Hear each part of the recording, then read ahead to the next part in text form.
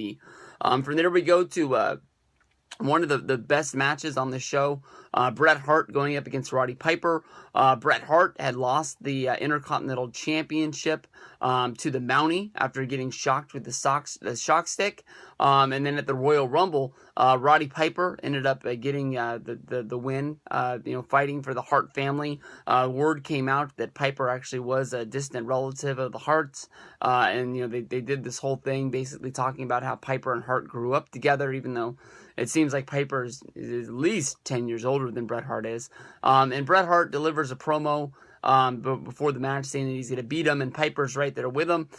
Piper's sort of putting down Bret. He's trying to lighten up the mood, talking about the fact that, Miss Hart used to make him bologna sandwiches. There'd only be one piece of bologna in there. And just, short little, cheap shots like that. And then basically Bret, challenges Piper to a fight. And Piper says, why would I want to beat you up here when it's just me, you, and Gene, when I can beat you up out there in the middle of the Hoosier Dome in front of 70,000 people, and they can all see it. And then basically Piper tries to walk out on Bret. And then Bret grabs his arm and turns around like he's going to punch him. And he holds it out there like, I could have got you.